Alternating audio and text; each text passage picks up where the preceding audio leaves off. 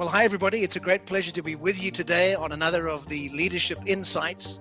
Today, we're talking about trust and the trust quotient, and what a joy it is for me to have two of my long-standing friends, Tony Fitzgerald, who's in Richmond in the US, and Keith du Plessis, who's based out of Port Elizabeth. They're both Christian leaders, but they're going to help me today just to unpack, in the midst of this pandemic, how do we create trust after the new normal?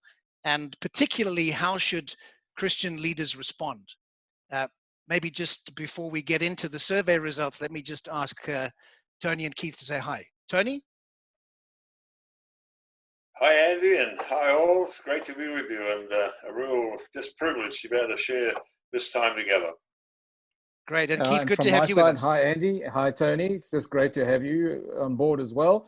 And as Tony said, a real privilege to be part of this broadcast. So the reason why we got here was to ask the question about the trust quotient, this idea of, in the midst of the pandemic, that as much as people are worried about the virus, there really is the question of trust. And it came out of the survey that was done. It's a survey that's done every year and has been done for the last 20 years by Edelman. Very well substantiated in terms of the size of the survey, 2 million respondents, about 145 companies. There are 23 million measures of trust that they use, and they really integrate interviews with about 50 different leaders, and also look at the relationship between trust and stock prices analysis. And what we know as students of trust is that it impacts on companies in terms of people being stronger consumer advocates. It impacts on employees as far as workplace recommendations are concerned.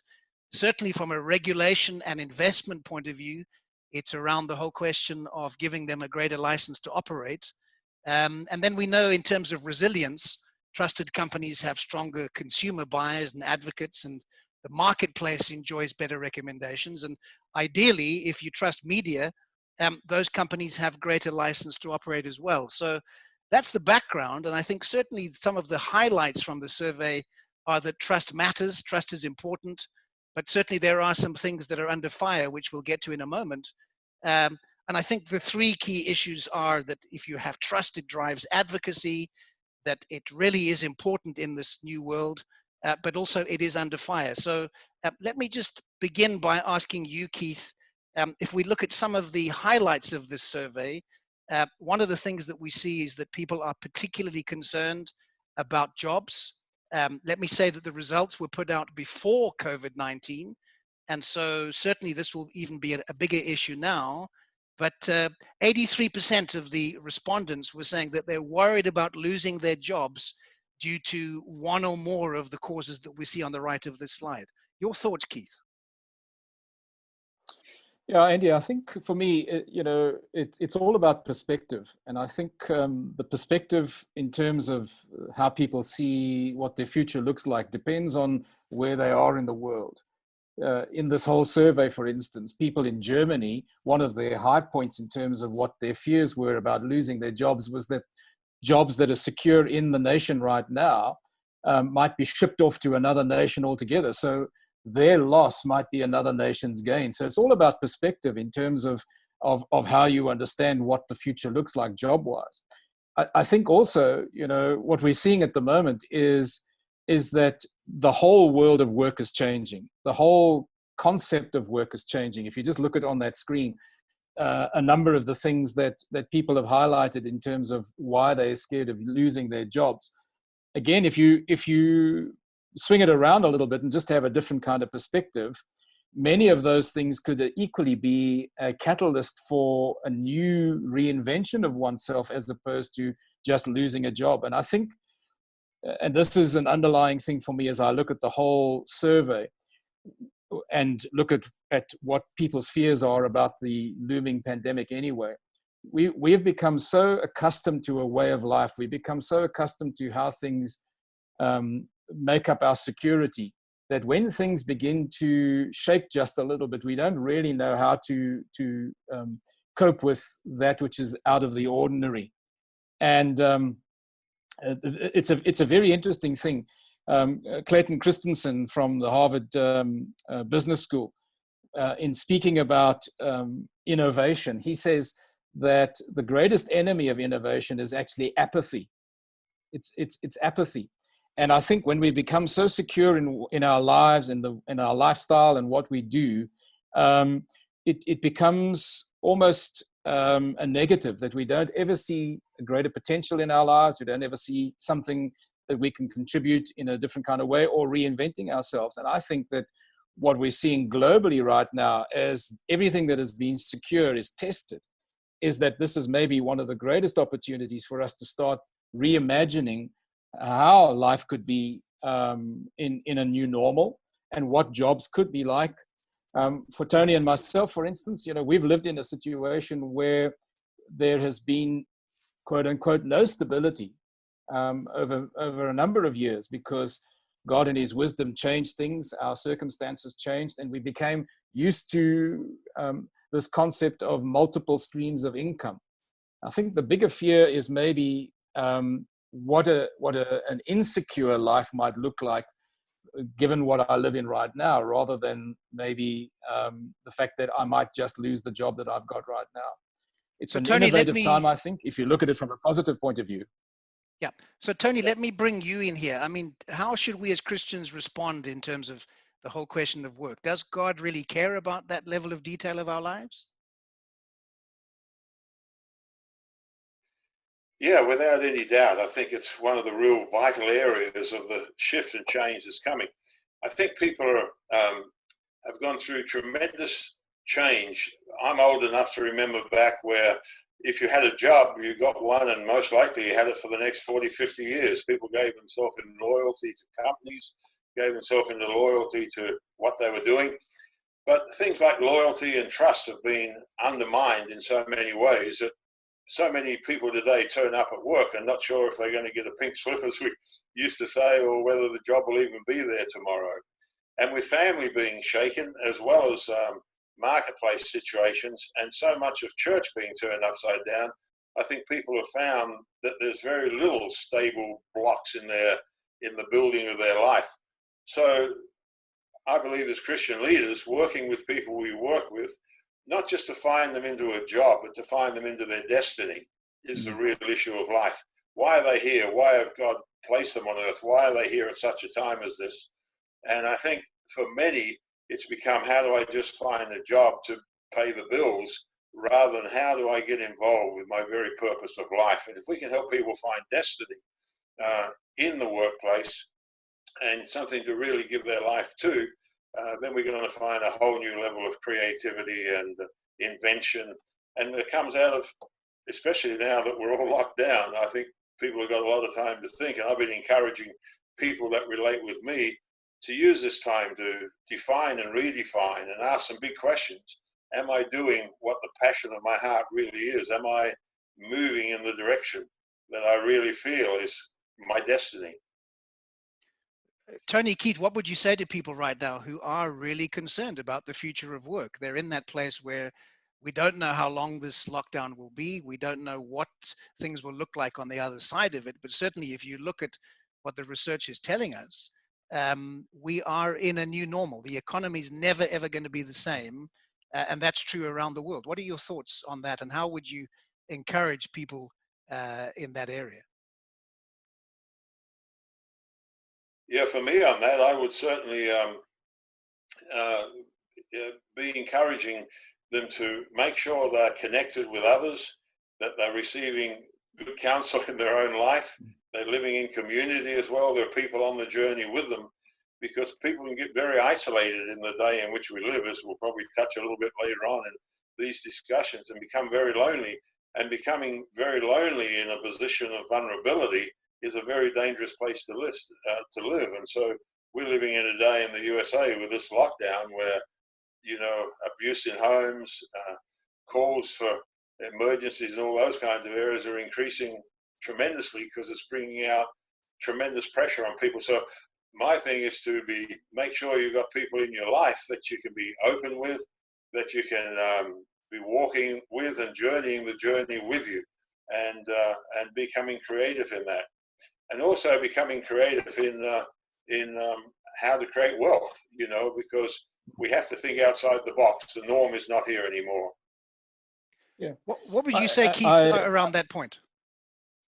Yeah, Andy, I think I've been saying to a couple of folk in the last little while, it's almost like God has pushed a pause button. The more I talk to people that have been locked down for a week or two now, the more I'm hearing people say it's giving us an opportunity to evaluate what's really important for us. What are our priorities? What is the thing that we really feel we need? What can we live with? What can we get away with? And what options are there for us going forward? Do we want to go back into the kind of lifestyle that we've done in the past? I'm reminded in the whole context of where God is. Solomon said, "There's nothing new under the sun." And I think for us to have the reassurance that God's got this, He's not taken by surprise, and He's pushed this kind of pause button. And I think, as Tony said, looking at how we generate our income, how do we create wealth in a way that maybe we've never been forced to do in the past, and to come up with what He gives to us in the counsel of others as some new strategies that we may never have thought of had we not been in this position. So the next thing I want to ask you about is this whole question of technology. One of the things we see from the survey is that people are saying the pace of change is too fast. 66% worrying that technology will make it impossible if we know that what we're seeing is real. Government doesn't seem to understand emerging technologies, 61%. We're out of control, it would seem, as far as technology is concerned. And I guess the question is, as you mentioned, Tony, people are more isolated than ever, but we're more connected than ever. What would your counsel be for us in terms of what we give ourselves to online, where we get our information from, and how we filter that from a godly perspective? Yeah, tremendous challenges, because we're in information overload.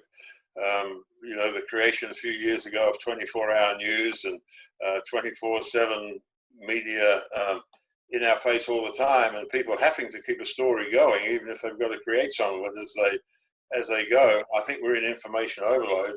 And I think, as we've talked in other times, being involved around the emergence of a fourth industrial revolution, that many times in Christian circles, we're behind the curveball rather than ahead of it. It's people are going to have to reinvent themselves and refine ways ahead. But I believe that with the technology side, we need to be very careful that we don't absorb too much of everything that's out there, because there is just so much confliction, so much that could cause just great concern and worry in the heart. So as someone said in a little article recently, or a little comment recently, we must be informed but not conformed. We must be formed by the word of God in our heart and our principles and values, but have enough of the other to be informed of where we really are. And if Tony, I could add something, yeah, go Andy, ahead, Keith. Sorry, all I wanted to add is, Tony, in the previous question that we were dealing with, was talking about how important it is to be aligned in and locked into networks of people that we really do trust. And certainly within our life as we live it out, one of our key things that we talk through is being is relating to each other in terms of a father-son kind of relationship. And I think that at this point, it's getting more and more important that those alignments into spiritual fathers, into those who connect with apostolic oversight in a global kind of perspective, and who are unpacking things and then speak the truth as they understand it, and are not coming with any kind of spurious interpretation. I think this thing of relationship and relating correctly to people that are trustworthy comes back to this whole thing of trust again, is going to become increasingly important in the days ahead, even as the pace of technology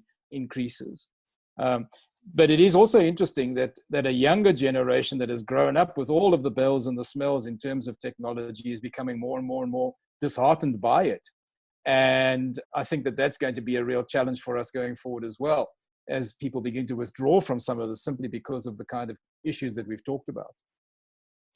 Keith, you Yeah, you have a media background, Keith, and one of the stats in this particular survey is 76% of the respondents were saying that they worry about false information or fake news, the contamination of media. Again, from a Christian perspective, any thoughts on that? Yeah, I mean, you know, I'm not sure that there's ever an unfiltered kind of media, whether it's traditional media, mass media, or social media. You're never ever going to come at something with a pure, unfiltered perspective. But I suppose for me, you know, one of the key things in terms of trusting a source of news and things like that would be drawing my news from sources or commentators who've got a proven and sustained record of well-researched and documented news coverage, Andy. You know, and they are out there. It's not like every single journalist is out to try and spoof us or manipulate us or get inside our heads and get us to believe their truths. I think there are global news media. There are certainly commentators who take this thing very seriously, take this art very seriously, and want to communicate as close as possible to an unfiltered kind of news supply.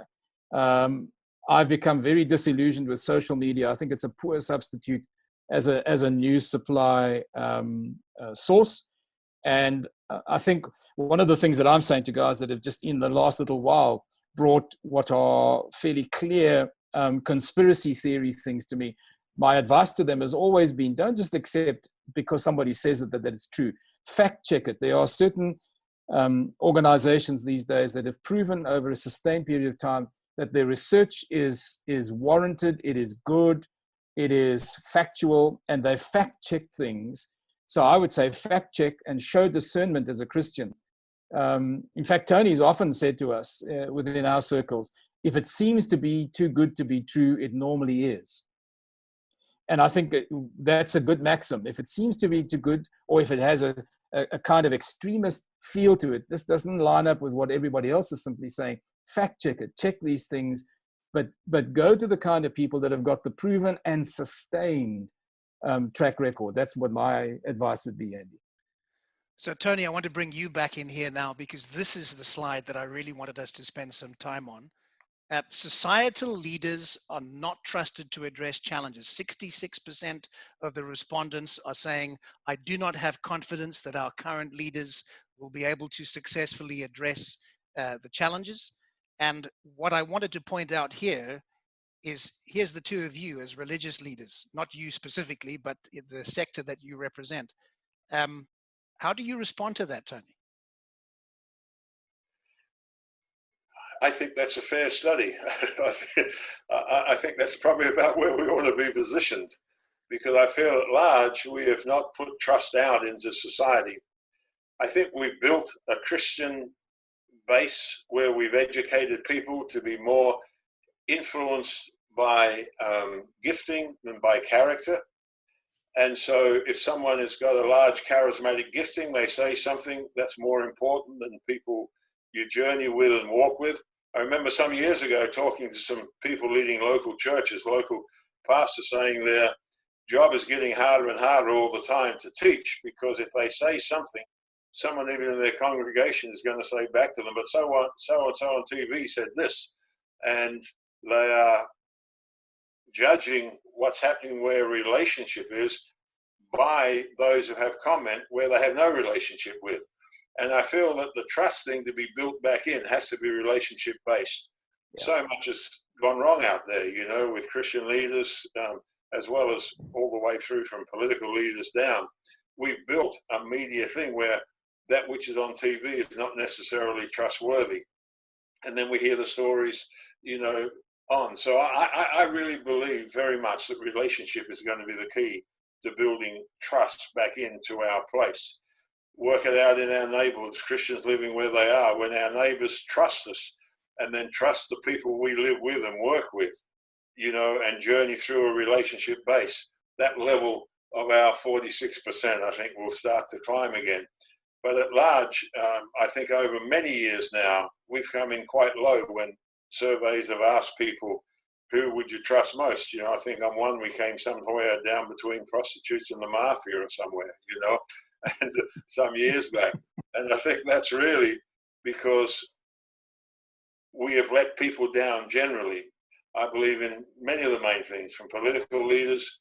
When I look at the political situation, I know we're talking about our 46 there, but political leaders, we become more attracted to gift than we have to character.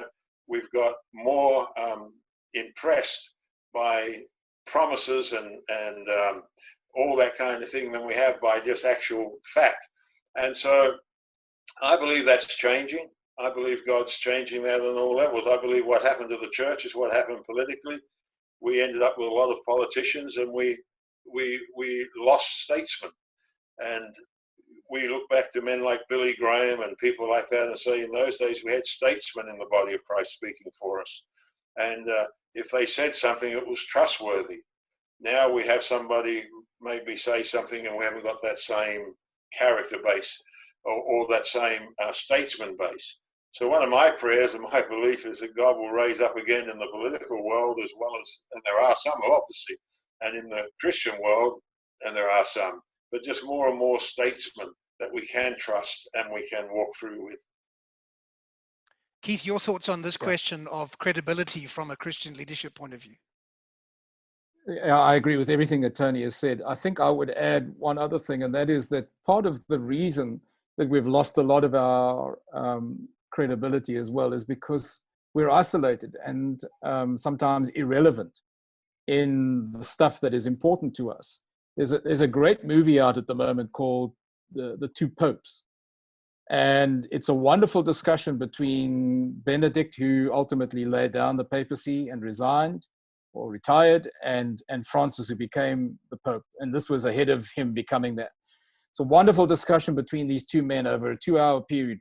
And in it, Francis pushes very hard that Benedict would start to loosen up just a little in terms of the harder-hearted and the legalistic way in which he wanted to apply the church canon and the church law. And Francis argues, and he says, part of the reason that people are giving up on church and giving up on the leaders is because they can't relate to us any longer. We're in a little bubble, we do our own thing, and we think that the things that are important to us, because we live in this isolation, should be important to everybody else. So there is this distance and lack of accessibility that I think has equally contributed to this low figure that we're seeing right now. As to how we regain it, I think we have to recognize that we have a trust deficit. I think we've got to acknowledge where we have failed as Christian leaders. And I think we've got to seek to be accessible and relevant in what we're speaking about, and consistently so that people can relate to those things and find that trust deficit is disappearing. Keith and Tony, I want to thank you very much for being part of this first episode in our Trust Quotient adventure. We're going to be joining each other in a moment again for part 2, where we'll be looking specifically at how to develop ethics and competence in terms of trust. Thanks so much, and really appreciate you being with me today.